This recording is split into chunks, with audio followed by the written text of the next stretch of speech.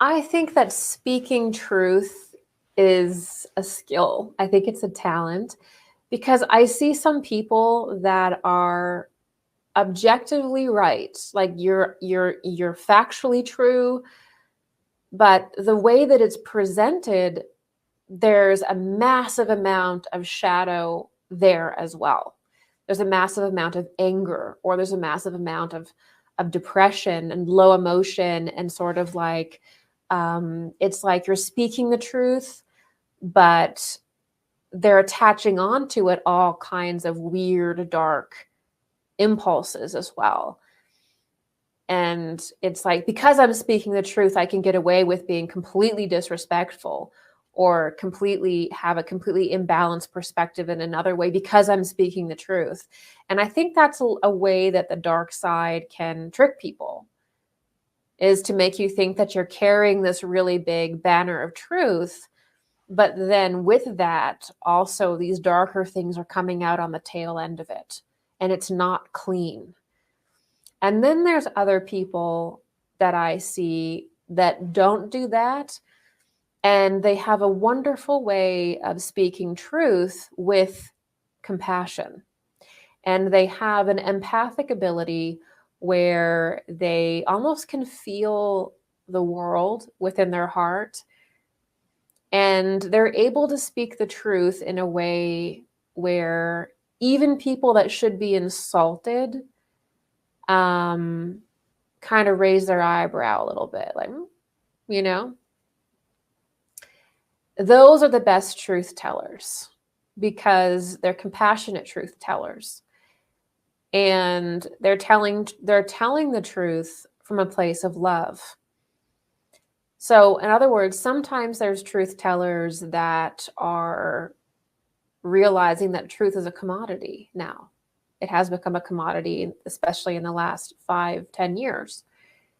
And so for them, it's sort of like a commodity. It's, just because you're speaking the truth doesn't mean you get to be a complete jerk about it or have all these weird prejudices and stuff like that. So I think that only the person that is, and by the way, the individual that can speak truth from a place of love and compassion will have the sharpest blade and the deepest cut, because truth is wisdom. That's the masculine element. And the masculine element of truth and wisdom is only balanced with the feminine element of love and compassion. Those two things have to be present in every equation. If there's too much love and compassion, it turns into false love and compassion, where everything is permitted. Nobody's wrong. There is no truth. It's just everybody has to feel good. That's Luciferianism, right?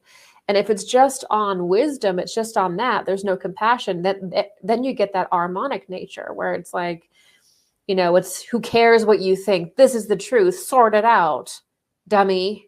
It's like, that's also kind of an evil. That's an evil nature too. So I think that, but also, and this is the other thing too, is that if you are speaking the truth, you can expect people who are living a lie to attack you, because, you speaking the truth is messing up their life. Because once you hear a little kernel of truth, and it really is true, it will have an effect on you, and it will grow inside of you, and it will affect your life. It'll be like the Princess and the Pea. It's like, gosh, I wish I hadn't read that thing, because now I know it's true, and now it's haunting me. And so people actually, people who are tired, exhausted, really stressed, already overwhelmed, will try to make what you're saying untrue, because they can't handle doing the equations to factor in what you're saying into their worldview. So the easier thing to do is to humiliate you, shame you, lie about you, whatever it is, because they cannot hold the tension of opposites. And they can't have you be right and have them be right. They know that either one thing is true or the other. So instead of holding the tension of opposites, or instead of having the strength to reevaluate their worldview, they're just going to destroy you and what you've said. If anything, in their own mind, not even like a cancel culture thing, but within their own mind. And that's where you get the weird comments and things that's like, a battle within that person is taking place, basically. So you have to find out where you are in this.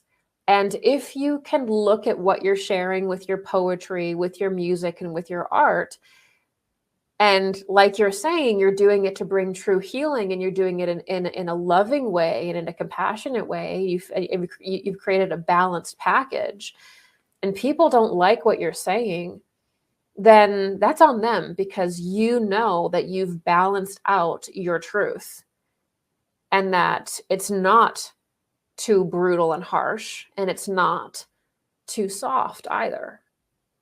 And it takes time to craft that, but you'll get to a point where the most important thing is that you lovingly speak your truth. And people actually also need to lean into you.